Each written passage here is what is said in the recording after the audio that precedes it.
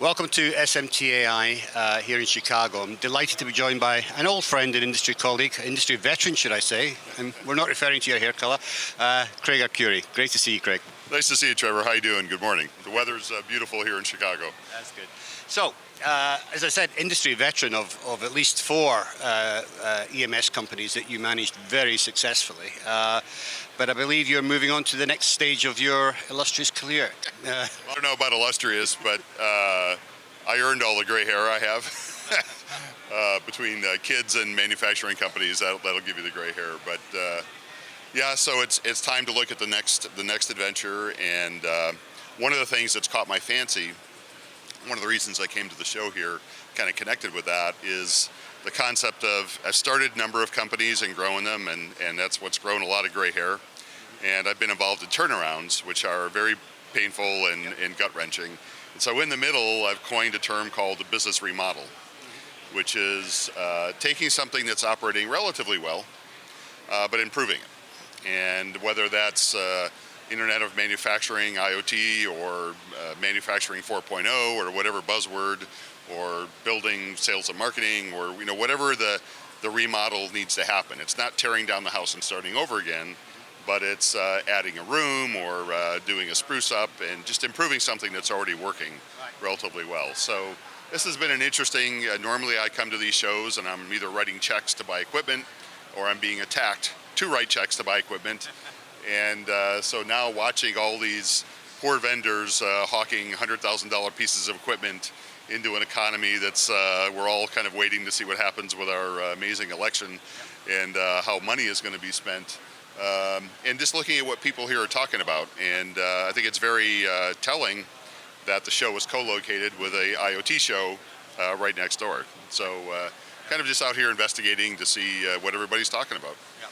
Now you make a very interesting point there. There's a lot of companies that are doing okay, but they just don't have the wherewithal or the knowledge or the skill capacity to take it to the next level. And the other point is, of course, that talking about IoT, internet manufacturing, a lot of the perception is very much among the small to medium vendors that it's not for them, it's something for the big boys, but it's very much for them.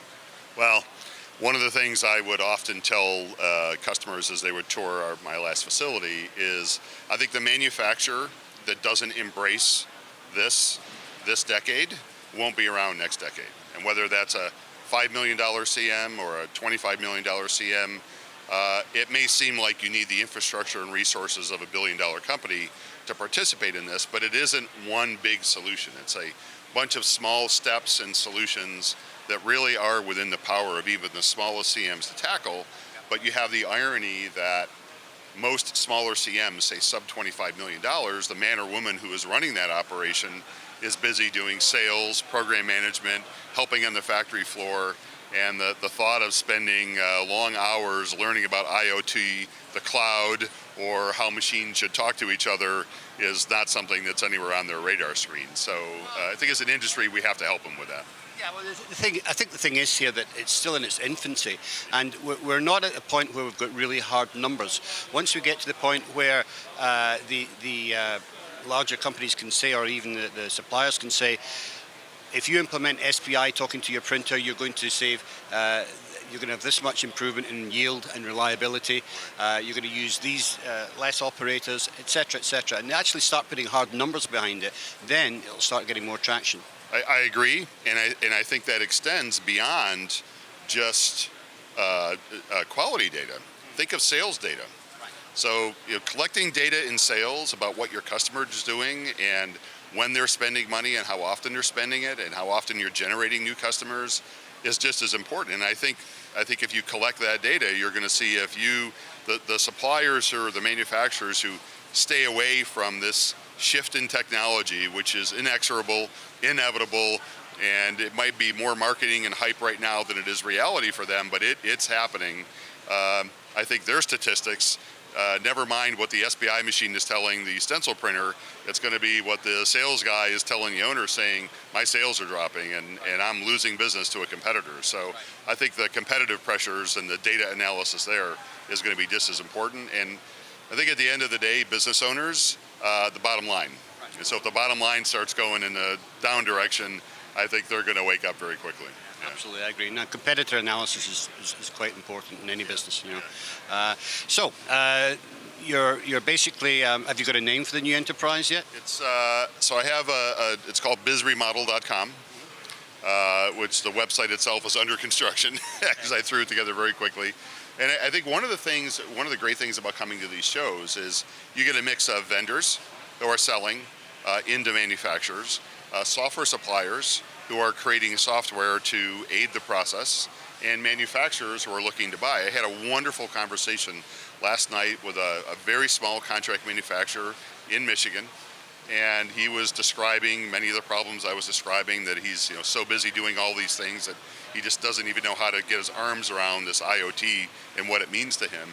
And so I think being present at these types of things, not looking to write a check to buy a piece of equipment or running away from people trying to chase me down that want to sell me a piece of equipment, gives me a nice kind of overview. And there's a lot of You take a more relaxed approach. You don't feel the pressure, you know. And the quantity of sub $25 million CMs in the industry is flabbergasts me. It just flabbergasts me. So I mean, do you foresee there's going to be a period coming where there's going to be a series of mergers where they morph into sort of larger entities? The general basic capitalism would suggest when you have a market where there's more supply than demand, there's going to be consolidation through business closures and business acquisitions.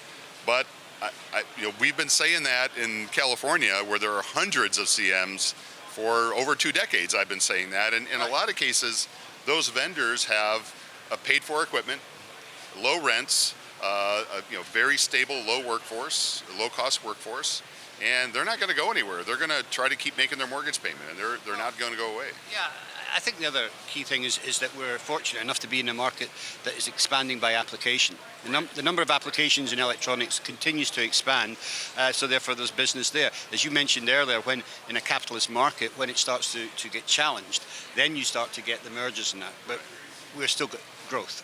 Yeah, that's true. And of course, IoT. My view perspective is heavily centric to California, but the explosion in the IoT space, the quantity of sensors that are sensing everything from vehicle movement to those little model rockets. We had a great customer that builds a device that just reports the altitude your model rocket got to, and he sells 10,000 of those things a year out of his house. So yeah, there's the hardware accelerators happening in Silicon Valley and the resurgence of hardware. Although it is a double-edged sword for contract manufacturers, because in the old days we built boards this big, and lots of parts and lots of labor to build those. An IoT device is by definition small, low power, not very many components, and so building boards this big is not as profitable, and you're not going to create as much revenue. So you have to be able to do this very efficiently, and then you have to also contend with the fact that if the customer who is creating this device is very successful, they hope to build millions, and we all know where those are going to be built, and it isn't going to be here in the United States. So the IoT space is a double-edged sword for manufacturers.